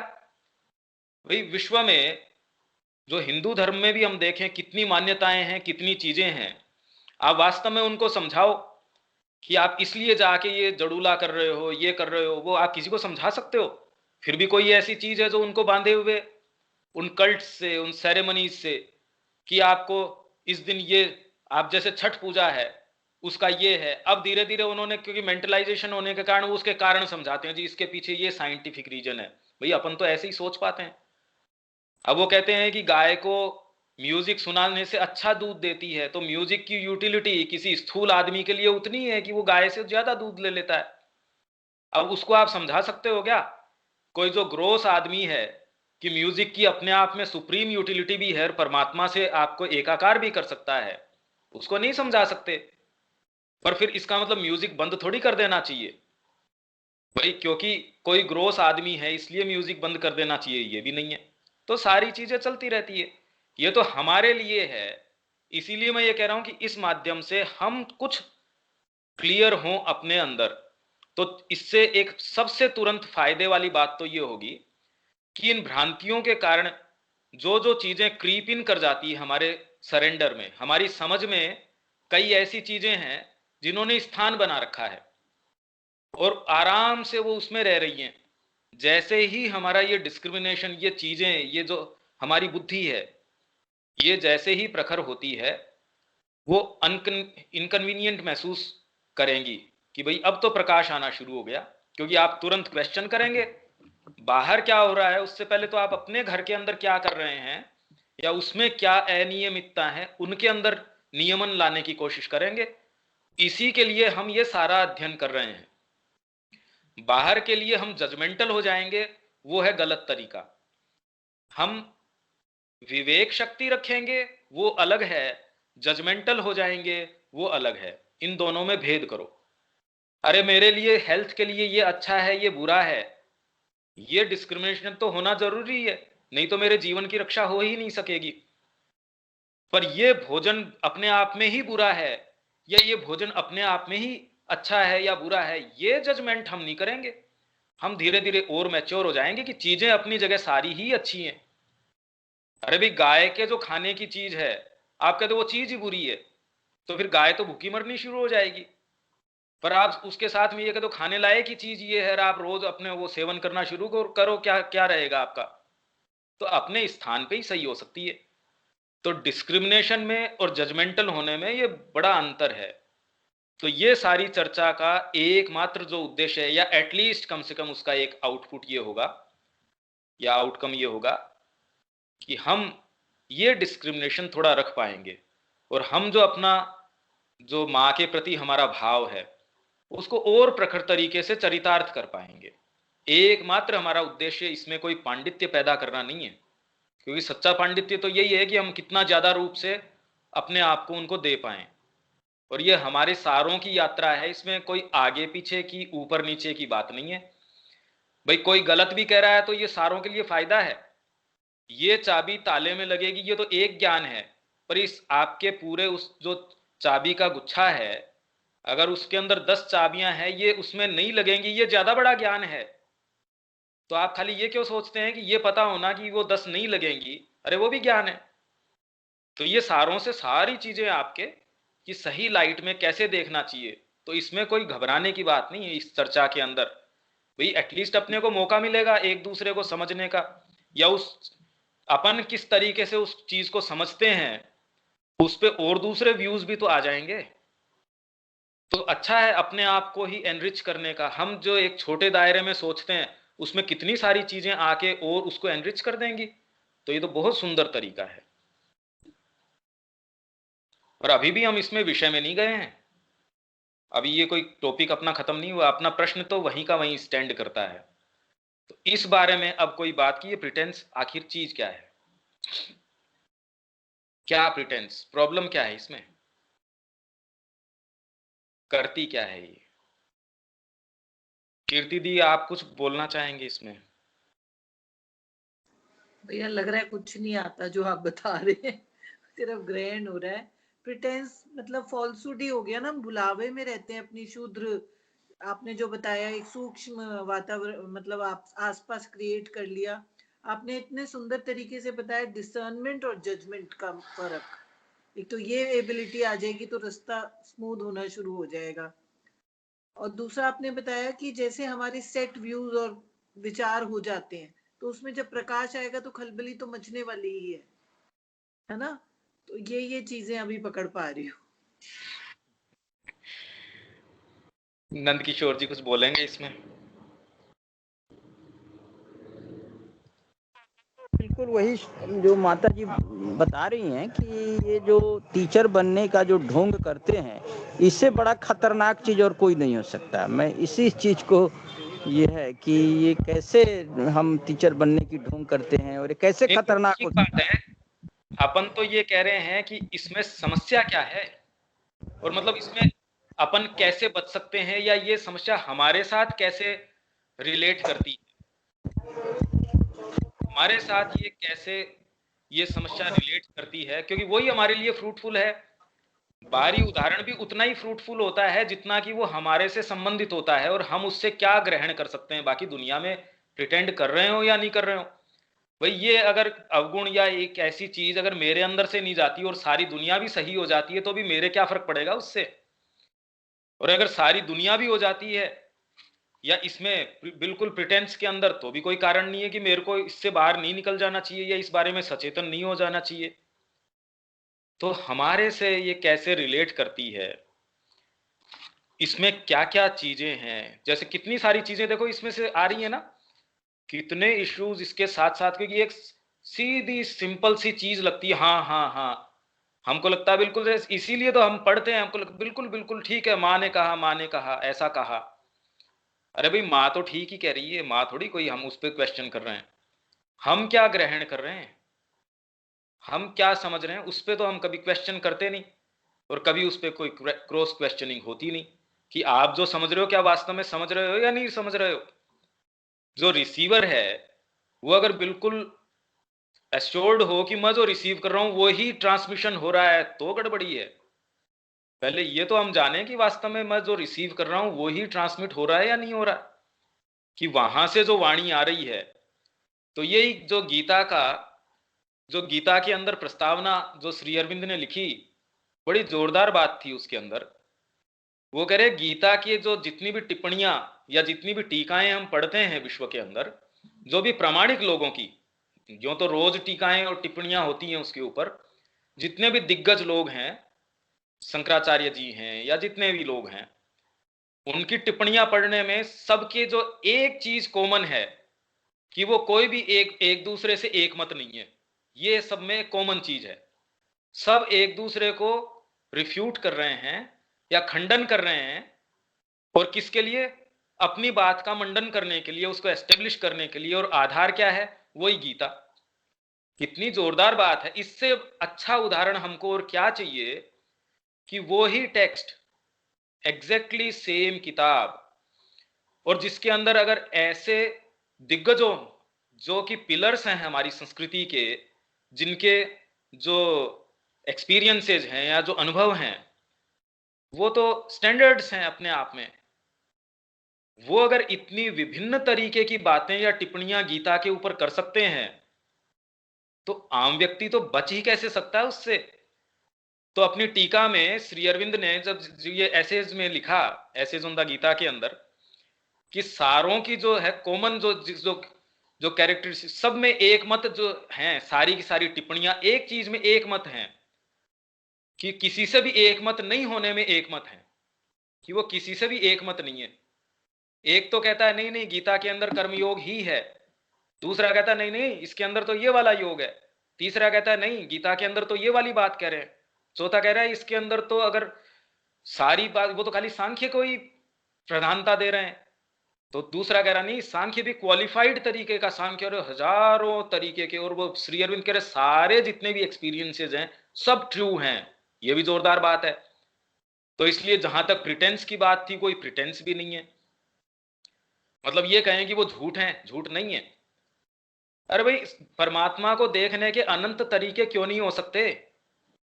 समस्या तो उसमें है कि मैं कह दूं ये ही एक एक्सक्लूसिव तरीका है, तो प्रॉब्लम है कि मैं जिस तरीके से सेंस कर रहा हूं वो एकमात्र तरीका है, फाल्सूड वहां एंटर हो गई। बाकी एक तरीका तो निश्चित रूप से हो सकता है, तो वहां तक कोई समस्या नहीं है। तो अब अपन इसके ऊपर आए कि फंडामेंटल डिफेक्ट क्या हो गया इसके अंदर, प्रिटेंस के अंदर। तो इसमें देखिए, सबसे पहले तो कोई भी व्यक्ति, क्योंकि हमने पिछली बार भी पढ़ा था कि, हाँ बेटा, बीच में एक बात बोल सकती हूँ?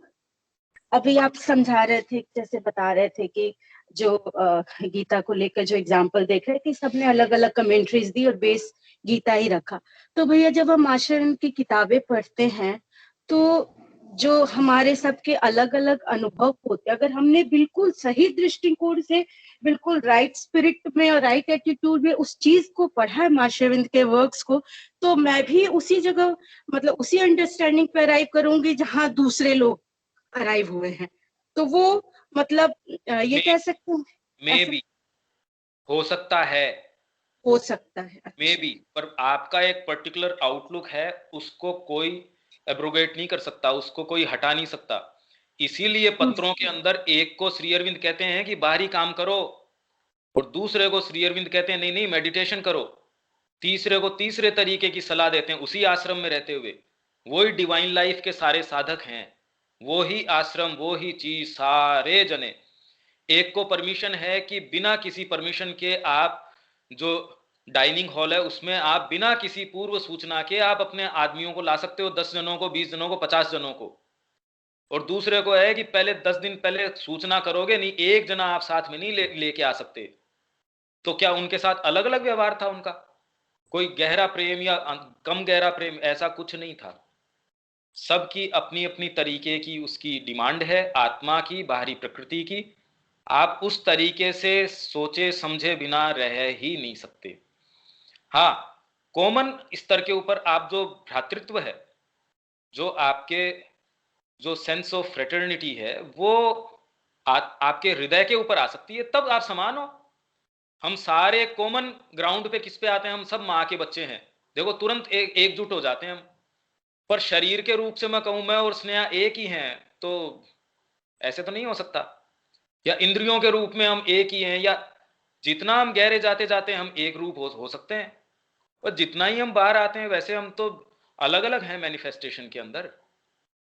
तो उसके अंदर उस तरीके से ही गुरु हमको लेके चलेंगे आगे, तो हमको लग सकता है कि हम उस पढ़ने में कॉमन ग्राउंड पे हैं।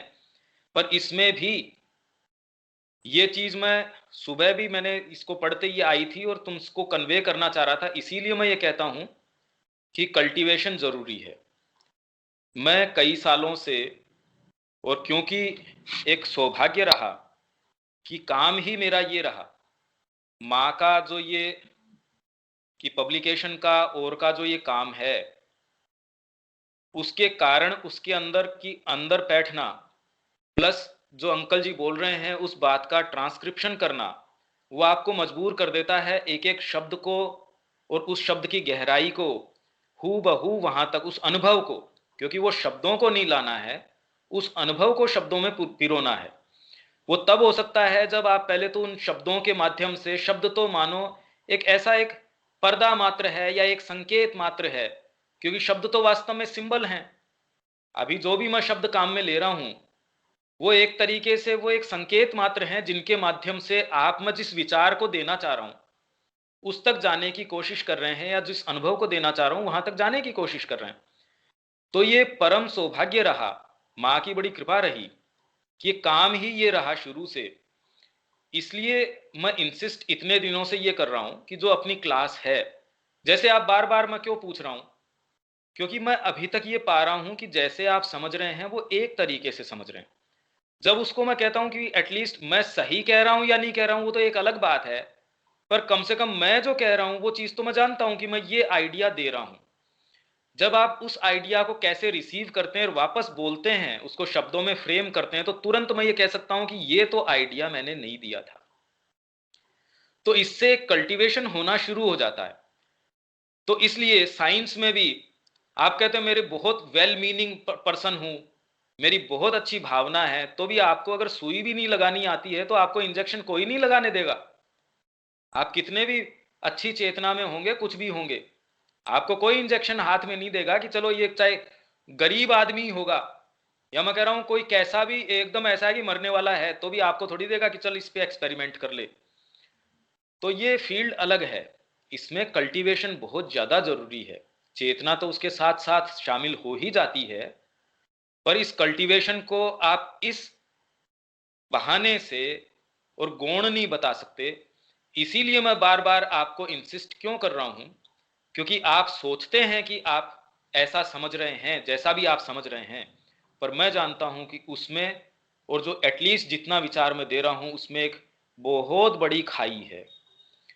इसलिए कल्टीवेशन एटलीस्ट कम से कम इस स्तर पे तो करें भाई। ये मेंटल कल्चर, ये कल्टीवेशन होगा तो धीरे धीरे हम ये कह पाएंगे, और किसी सच्ची गाइडेंस में, सही गाइडेंस में जो आपको ये कह पाए कि जिस सब्जेक्ट का व्यक्ति हो, जैसे संगीतकार है, वो आपको सही बता पाएगा कि ये स्वर तूने सही लगाया है या नहीं लगाया है। एक साइंटिस्ट आपको सही बता पाएगा। पाकशाला के अंदर जो है वो विशेषज्ञ है, वो आपको सही बता पाएगा कि ये आप कर रहे हो या नहीं कर रहे हो।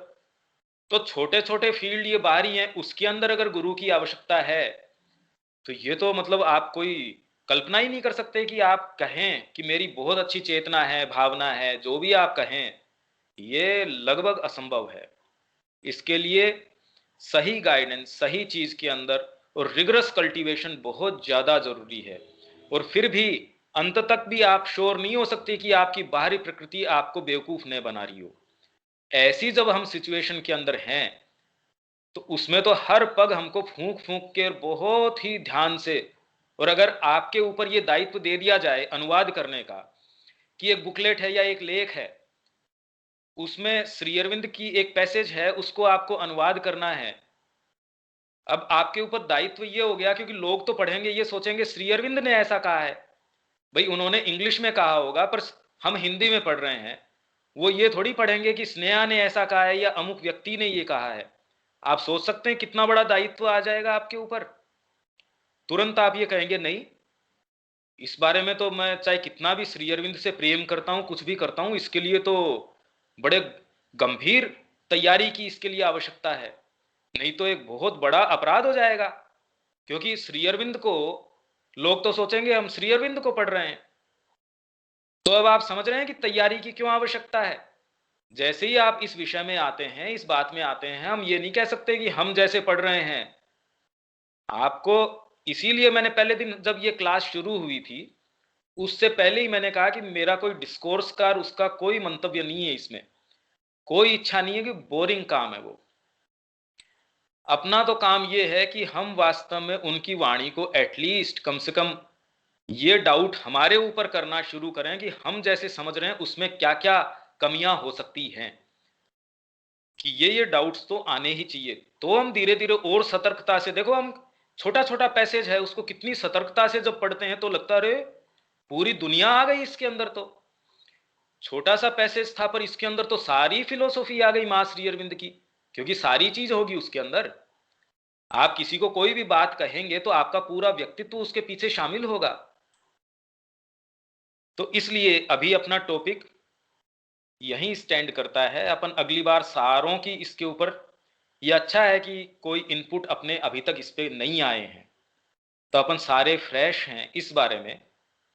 मेरे प्रश्न इसमें बेसिकली ये हैं आप सारों से, जिसके बारे में मंथन आपके जो है चलने चाहिए, और आपकी जो इसके बारे में जो ऑब्जर्वेशंस हैं वो आप डाला कीजिए ग्रुप के अंदर। वो सारे के अनुभव को एनरिच करेगा। हम इसीलिए यहाँ हैं। मेरे प्रश्न इसमें बेसिकली ये हैं, दूसरों को छोड़ दीजिए, इसमें दूसरे से हमको कोई भी कंसर्न नहीं है। मेन मुद्दा तो ये है कि बेसिकली प्रिटेंस है क्या, फिर उसमें फंडामेंटल डिफेक्ट क्या है, क्या हम कैसे बचें उससे। पहले तो है क्या ये प्रिटेंस, और हम कैसे बचें, इसके तरीके क्या हो सकते हैं, क्या क्या इम्प्योरिटीज उसमें आ जाती हैं, और अगर हम बचने की कोशिश करें तो मतलब कहाँ कहाँ क्या क्या खड्डे हैं, उनमें क्या क्या चीजें होंगी, क्या होगा। विनीता।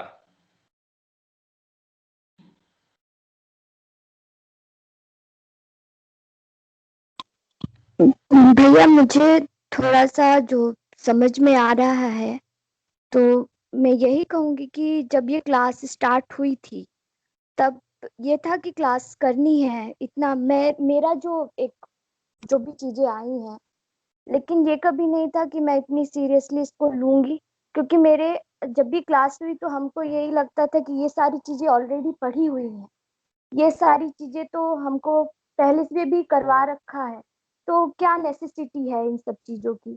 और दूसरी चीज ये आई कि कभी मुझे यही लगा कि हम आश्रम में रहते हुए भी ये चीजें इतनी अच्छे से समझ नहीं पाए, जितना मैं इसको बार बार चीजों को लेती हूँ और समझती हूँ तो मेरे को लगता है कि हाँ बहुत सारी चीजें क्लियर हो रही हैं। और सेकंड चीज जो कहनी थी मुझे कि आपने जैसे कहा प्रिटेंड करने का जो एक तरीका यहाँ पे रहता है कि हम कहते कुछ और है होता कुछ और है, इतना कुछ चीजों को बोल देते हैं जो है ही नहीं अस्तित्व में। तो यही कहना है कि मेरा जो ये था कि हम तो ऑलरेडी माशरन चीजों को पढ़ सकते हैं, हम उस ऑरा में रह भी चुके हैं, लेकिन क्या नेसेसिटी है दोबारा ये सारी चीजें स्टार्ट करने की। तो जो ये माइंड का मैनिपुलेशन अगेन अगेन आ रहा था दिमाग में, ये इतना स्ट्रॉन्ग था कि मतलब क्या जरूरत क्या है इनकी। तो ये मेरे को लगता है कि यहाँ पे ये सारी माइंड का जो बार बार एक फॉर्मेशन और उसमें हजार चीज और आ जाती हैं थॉट्स के थ्रू, वो बहुत ज्यादा दिखावटी चीजें कर सकती हैं। तो और कई बार तो ये रहा कि हम आश्रम में रहते हुए भी रह भी रहे हैं, हमें क्या जरूरत, हमें तो ऑलरेडी एटमोस्फेयर मिल रहे हैं, तो इसकी नेसेसिटी क्या है। यही लगता है कि ये एक मैनिपुलेशन है माइंड का। Thank you. बस नहीं, ये बहुत सुंदर बात कही है विनीता ने, और उसके पॉइंट से भी महसूस होता है, जो आपने पॉइंट्स लिखे वो बड़े सुंदर पॉइंट्स थे। एनी हाउ मेरी एक्सपेक्टेशंस उससे बहुत ज़्यादा है, इसलिए वहीं नहीं रुकना है। जो आपने लिखा वो कमेंडेबल है, पर एक्सपेक्टेशंस अभी बहुत दूर हैं। मेरा जो प्रश्न है वो फंडामेंटल है। मैं इस प्रिटेंस की बात नहीं कर रहा, वो तो ग्रोस स्तर की है, वो तो बिल्कुल इनसिंसियर लोग हैं कि मन में कुछ है क्योंकि मेरे को किसी से पैसा ऐंठना है, अभी मेरा किसी के अंदर पैसा बाकी है, तो मेरे को पता है कि इससे गर्म शब्दों में बोलूंगा तो हो सकता है मेरा पैसा अटक जाए, या क्योंकि मैं इस तरीके से बना के बोलूंगा। वो तो आज का सारा मैकेनिज्म इस तरीके का है, सारी शिक्षा इसके ऊपर है, टू अपीयर, न कि इसके ऊपर टू बी पे नहीं है, टू अपीयर टू बी। हम उसकी बात नहीं कर रहे, मैं फंडामेंटल बात ये कर रहा हूं कि हम जैसे बने हुए हैं, क्या हम प्रिटेंस से बच सकते हैं अगर हम सिंसियर हैं तो भी। मैं तो ये कह रहा हूं, इनसिंसियर लोगों की तो मैं बात ही नहीं कर रहा। फंडामेंटली इसमें डिफेक्ट क्या है, तो हमने इस विषय में कोई पॉइंट्स अभी तक लिए नहीं हैं, तो ये चर्चा हम अगली बार के लिए छोड़ देते हैं। पर ये प्रश्न दे के मैं छोड़ देता हूं, जिसके ऊपर आपको, क्योंकि पिछले बार के भी हर बार इतनी जबरदस्त रूप से इसमें चीजें आ रही हैं, आप उसको मिस नहीं कर सकते कोई भी। इसलिए मैं चाहता हूं कि ये एक एक चीजें, क्योंकि परत दर परत है।